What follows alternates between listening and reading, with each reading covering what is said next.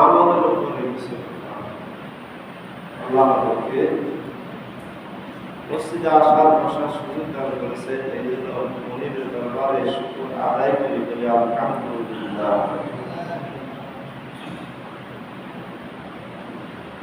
أعوذ بالله من الشيطان الرجيم بسم الله الرحمن الرحيم الذين آتيناهم الكتاب يتلونه حق تلاوته أولئك يؤمنون به ومن يكفر به فأولئك هم الخاسرون.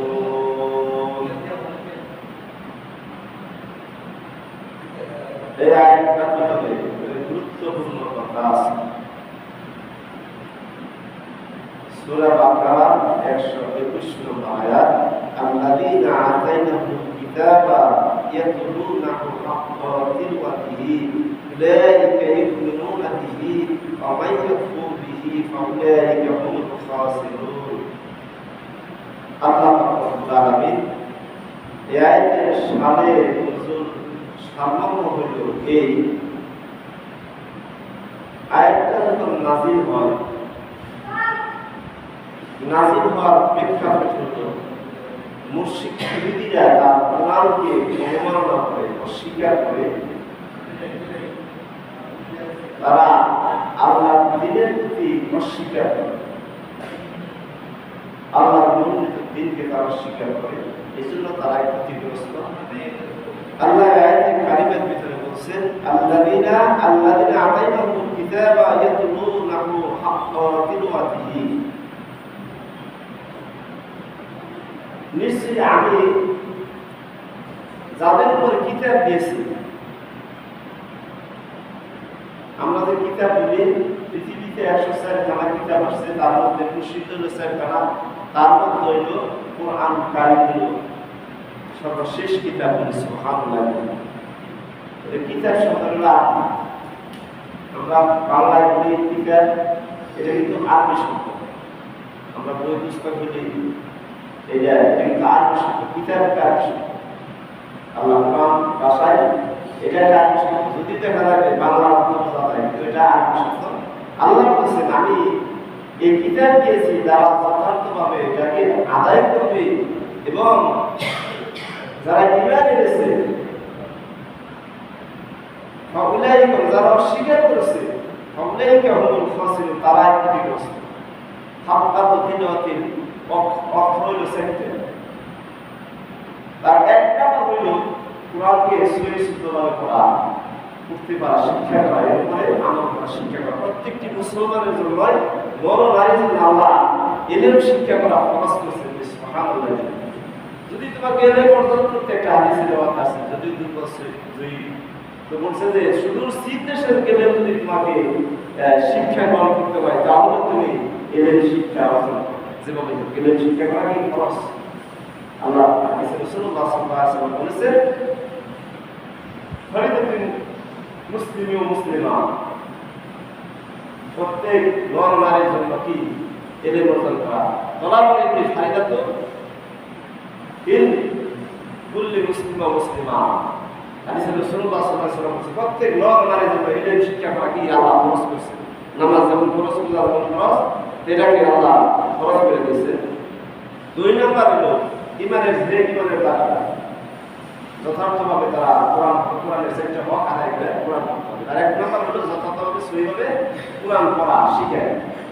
এই জন্য আমি অনেক সময় বা আপনাদের মাঝে বলি যে এই নামাজ পড়তে গেলে অন্তত কেঁদে নজর করতে হবে, কিছু শিখতে হবে।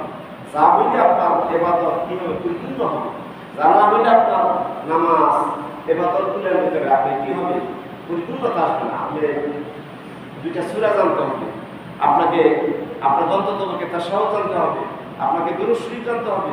মানে কিছু সংখ্যক জিনিস আছে এরকম আহামরি না, অনেক কিছু শিখে আপনার তো 4টা সূরা আপনি জানলে, এই 4টা সূরার উপরে আপনি আমল করেন, তো ওইটা দিয়ে আপনি 5 ওয়াক্ত নামাজ যদি প্রতিদিন নিয়ত প্রত্যেক দিন যদি পড়েন, তাহলে আপনি মৃত্যুর পূর্ব পর্যন্ত একটা সূরা আপনি ভুলবেন না।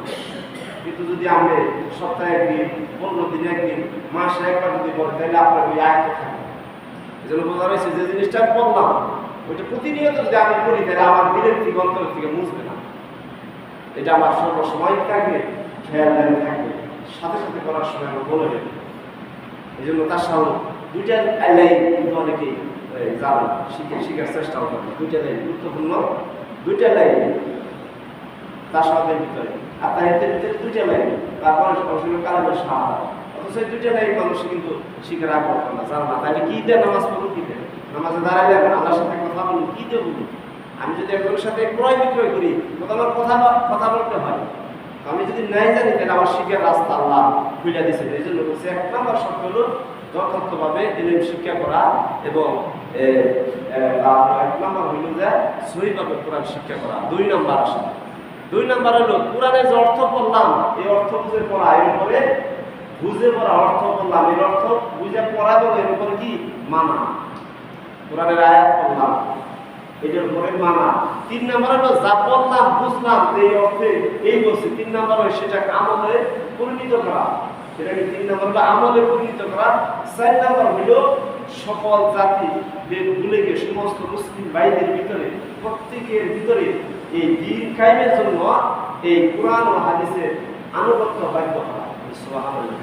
একজন নামাজ পড়ে না, আযান হয়েছে, দোকান খোলা হয়েছে, আমাদের সকলে উচিত হবে ওই মুহূর্তে দোকান বন্ধ করে আমার মসজিদের দিকে নিয়ে আসা, একে বাধ্য করা। এটা পারে যদি এই হক সাইডটা আদায় করে কোনো মানুষ যদি কাজ করে তাহলে সে একটা কাজ করলেই তার অন্তরের ভিতরে আল্লাহ তার নিয়ে দিবে। সুবহানাল্লাহ। কোরআন আয়াত করতেছি আমি 20টা আয়াত করতেছি, কিন্তু আমি যদি এই হকগুলো আদায় না করে আমি শুধু করতেই থাকি, আমল করতেই থাকি, তাহলে আমার আমলে কোনো কাজ করবে না, আমার আমলে নেগিয়ে আসবে না। মনে সাবল করেন 3 নম্বরে পুরুষদের দিক যে যা জানলাম বুঝলাম অর্থ তার উপরে আমল করা। কোরআনে তো বলছে সুদ খাওয়া নিষেধ, ঘুষ খাওয়া নিষেধ, জেনা করা নিষেধ, অন্যের হক নষ্ট করা নিষেধ, অন্যের প্রতি জুলুম করা নিষেধ, কাকা আঘাত দিয়ে কথা বলা নিষেধ। এটা তো কোরআনের ভাষা, কাউকে আঘাত দিয়ে কথা বলা নিষেধ, অন্যের উপরে জুলুম করা। তাহলে কত বড় গুরুত্বপূর্ণ একটা বিষয় দেখে। 3 নম্বর বিষয় হলো যা জানলাম বুঝলাম অর্থ এর উপরে আমল করা। আমি একটা জিনিস বুঝাইতেছি, অনেক আছে সুদ খান না, সুদ খান অনেক মানুষ আছে, ব্যাংকে টাকা রাখছে অথবা সংসারে কষ্ট উপার্জন করে সংসার চালাইতেছে, সুদের কাছে থাকে, এরকম মানুষ আছে। কিন্তু রাসূলুল্লাহ সাল্লাল্লাহু আলাইহি সাল্লাম বলেছে ওই ব্যক্তি যে ব্যক্তি সুদের কি লেখক, সুদের সাক্ষী, সুদ দিল গ্রহণকারী, সুদ নিল, উভয় প্রতি আল্লাহ রাসূল সাল্লাল্লাহু আলাইহি সাল্লাম বলেছেন আল্লাহর তরফ থেকে তার প্রতি লাভ, সে অভিশপ্ত মানুষ। এখন একটা মানুষ মনে করেন যে একজন বিপদে বেড়ে গেছে, আপনার কাছে আপনি মাথা পর আপনি গেলে আমার এই সমাধান হয়, তো আল্লাহ তো নিষেধ করছে যে তুমি সুদের সাক্ষী দিবে না, তুমি সুদের দলিল লেখক হবে না। আমি একটা কাগজ পেয়ে গেছি, কাগজের মধ্যে মিলাই গেল, আর যে নিল আর যে দিল হাদিসে রাসূলুল্লাহ সাল্লাল্লাহু আলাইহি ওয়াসাল্লাম বলেছেন উভয়ের প্রতি আল্লাহ লানত দিয়েছে। এখন দেখেন সাক্ষী দিচ্ছেন একজনে বসে যে আমি জিম্মাদার হয়ে যাই, সে কিন্তু জীবনে সুদ খায়। একজনের দলিল লিখছে, স্টাম্প লিখছে, কিন্তু সেখানে কিন্তু রাসূলুল্লাহ সাল্লাল্লাহু আলাইহি ওয়াসাল্লামের কাছে আজকে 1400 বছর আগে এই হাদিস রাসূলুল্লাহর কাছে আল্লাহ প্রেরণ করেছেন এবং উম্মতের মধ্যে জানিয়ে দিয়েছেন যে তোমরা কি করো না, সুদের সাক্ষী হও না, সুদের লেখক হও না। এটা তো রাসূল সাল্লাল্লাহু আলাইহি ওয়াসাল্লাম হাদিস 1400 বছর আগে জানিয়েছে, কিন্তু খাই না, কিন্তু আপনি এটার সাথে জড়িত লানত হয়ে গেল। লানত শব্দের অর্থ অভিশপ্ত। আল্লাহ বলে ওই জাতির উপর, ওই লোকের উপর কি আমার অভিষিক্ত হয়ে বলি না। অনেক মানুষ এরকম আছে, দেখবো নামাজ পড়ে, রোজা করে, হজ করে, জাকাত করে, সব কিছু তার কমপ্লিট আছে, কিন্তু তার কাছে গেলে মানুষ উপকার মনে করে যে আমার কাছে এলে আমি একটা সাক্ষী দিয়ে দিলে, একটা কাজ করে দিলেই আমি কি হবো, উপকৃত হবো। কিন্তু আমার আল্লাহ কোরআনে কি দেখেছে, এই আয়াতে কি বলতেছে? আল্লাহ বলতেছেন আয়াতে কি ছাপটা তো তিলাওয়াতের শাব্দিক অর্থ হলো চারটা। তার একটা হলো যে যা বুঝলাম জানলাম, তারপরে 3 নম্বর হলো আমল করা। অন্তত আমি আয়াতের অর্থ মানলাম। 3 নম্বরে তো আমি আয়াতের অর্থ মানলাম। আল্লাহ বলেছেন আলিফ লাম মিম যালিকাল কিতাবু লা রাইবা ফীহি হুদাল লিল মুত্তাকিন আল্লাযীনা يؤمنون بالغيب ويقيمون الصلاة ومما رزقناهم ينفقون والذين يؤمنون بما أنزل إليك وما أنزل من قبلك وبالآخرة هم يوقنون أولئك على هدى من ربهم وأولئك هم المفلحون ألف لام ميم আল্লাহ কোরআনে বলতে বলছেন যালিকাল কিতাবু লা রাইবা ফীহি হুদাল লিল মুত্তাকিন। এটা এমন একটা কিতাব যার ভিতরে কোনো সংশয় নাই, কোনো সন্দেহ নাই, কোনো অবকাশ নাই ভুল ধরার মতো। এটা মুত্তাকিনের জন্য একটা পথ প্রদর্শক কিতাব। সুবহানাল্লাহ। আল্লাহ কোরআনে সাক্ষী দিয়েছে। মানে আমি যদি কই যে না কোরআনের বাইরে বাস, তাহলে আমি আয়াতের অর্থ থেকে আমি বাতিল হইব। 2 নম্বরে যে যা বললাম বুঝলাম, তারপরে আমাকে কি করতে হবে? আমল করতে হবে। মানে আমি তো জানলাম যে কোরআন আল্লাহর তরফ থেকে জিবরাইলের মারফতে সরাসরি আসছে, 23 বছর নাযিল হয়েছে। কোরআন শরীফটা নাযিল হইতে সময় লাগছে শুধু বাকারায় নাযিল হইতে রাসূলের কাছে সূরা বাকারা 186টা আয়াত 141 বার জিবরাইল আলাইহিস সালামের কাছে আল্লাহ রাসূলের কাছে জিবরাইল আলাইহিস সালাম আল্লাহ রাসূলের কাছে আসছে। আর পুরো কোরআনটা নাযিল হওয়ার সময় 23 বছরে 1241 স্থানে রাসূলের কাছে বিভিন্ন সময় বিভিন্ন পরিবেশের কারণে সেই আয়াতগুলো আল্লাহ রাসূলের কাছে সরাসরি আল্লাহর মাধ্যম থেকে জিবরাইল মারফত থেকে আল্লাহ রাসূলের কাছে পাঠিয়ে দিয়েছেন। সুবহানাল্লাহ। আমরা এই কিতাবে যা বলছি তা মানতে হবে না? মানতে হবে। যেমন একটা জিনিস যে যথার্থ জানলাম বুঝলাম মানলাম, নামাজ 5 ওয়াক্ত ফরজ কাবিদা মানলাম, আমি পড়লাম না, সেটা একটা ভিন্ন বিষয়। কি যদি অস্বীকারী করে জায়েতে বলছেন যে অস্বীকারী অবশ্যই ক্ষতিগ্রস্তের অন্তর্ভুক্ত। এমন মানুষ মুসলমান আছে যে সে কুরআন মানে হাদিস মানে নামাজ মানে কিন্তু পড়ে না, সেটা একটা ভিন্ন। কিন্তু কেউ যদি বলে কুরআন বলতে কিছু নাই, হাদিস বলতে কিছু নাই, তারপরে তো এই নামাজ বলতে কিছু নাই, তাহলে সে মুশরিক হইতে, মুনাফিক হইতে, কাফের হইতে তার দেরি লাগে। কিন্তু সে পড়ে না একটা বিষয়, স্বীকার করে সেটা একটা বিষয়। মুশরিক হইতে, মুনাফিক হইতে তার সময় লাগে। এই জন্য জিনিসটা বোঝাই যায়। দেখেন আমার কথাগুলো কিন্তু কোরআনের থেকে বলতেছি, বানিয়ে সাইডের কথা বলি না। যতটুকু আমি গবেষণা করি পড়ি আমি কোরআনের থেকে। এই যে 4টার উপরে যে কথা বলতেছি, 4টা বিষয়ের উপর কথা বলতেছি। আল্লাযীনা আতাইনাহুল কিতাবা ইয়াতলুনাহু হাক্কা তিলাওয়াতি উলাইকা ইউমিনু বিহি ওয়া মান ইয়াকফুর বিহি ফাউলাইকা হুমুল খাসিরুন। 4টা বিষয় আপনি যদি আমল করেন, এই 4টা বিষয় যদি আপনি মানেন, আপনি যে আমলই করবেন সে আমলেই সওয়াব হবে। কারণ আমি শুরুতের বিষয় বুঝাইলাম কি যে আমি কোরআনের আয়াতের মধ্যে বললাম যা জানলাম মানলাম বুঝলাম, অর্থ বুঝলাম এবং তা আমি মেনে নিলাম 3 নম্বরে। এখন আপনি দেখেন যে সুদের ব্যাপারে বললাম, আপনি সুদ খাই না, আপনি ঘুষ খাই না, আপনি জেনা করেন না, সুদ মনে করেন একজন খায় না সারাদিন, কিন্তু সাক্ষী দেন, কিন্তু সে সুদ খাওয়ার অপরাধ তার সাক্ষী দেওয়ার কথা। এটা আমার কথা, আমি একটু আগে বর্ণনা করলাম। সাক্ষীর বললাম, লেখকের বললাম কেন?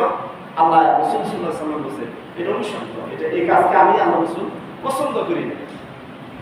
যেটা আল্লাহ রাসূল পছন্দ করেন না, আমি যদি করি যে না আমার পছন্দ, এটা তো আমি যথার্থ শব্দের ব্যাখ্যা এবং তার উপর আমি আমল করলাম। কঠিন একটা কথা না? কঠিন একটা কথা। জীবন অনেক কথাই শুনছে যে কি যে আমল করতে হবে, যথার্থ যা শুনলাম বুঝলাম মানলাম তার উপর আমাকে আমল করতে হবে। তাহলে আমি এই আয়াতের ব্যাখ্যার ভিতরে রইলাম। 3 নম্বর হলো আমাকে এটার উপরে আমল করতে হবে। 4 নম্বর হলো শুধু আমি আমল করলেই হবে না, 4 নম্বর হলো সকল মানুষকে ঐক্যবদ্ধভাবে তার দিন কায়েমের জন্য তাকে বাধ্য করতে হবে। একটা অপরাধ হইতেছে এলাকার ভিতরে, শুধু একজন ব্যক্তি সে অপরাধ দমন করবে না, সকল মানুষ মিলে সে অপরাধকে দমন করার নাম হইল 4 নম্বরের ব্যাখ্যা। তাকে বাধ্য করতে হবে, অপরাধ থেকে ফিরাইতে হবে। বর্তমান বিশ্বের ভিতরে একটা জিনিস খেয়াল করবে, এই যে এত বৃষ্টি হইতেছে, মহামারী হইতেছে, ভূমিকম্প হইতেছে, এগুলা মানুষের পাপের ফসল। কিসের ফসল? মানুষের পাপের ফসল।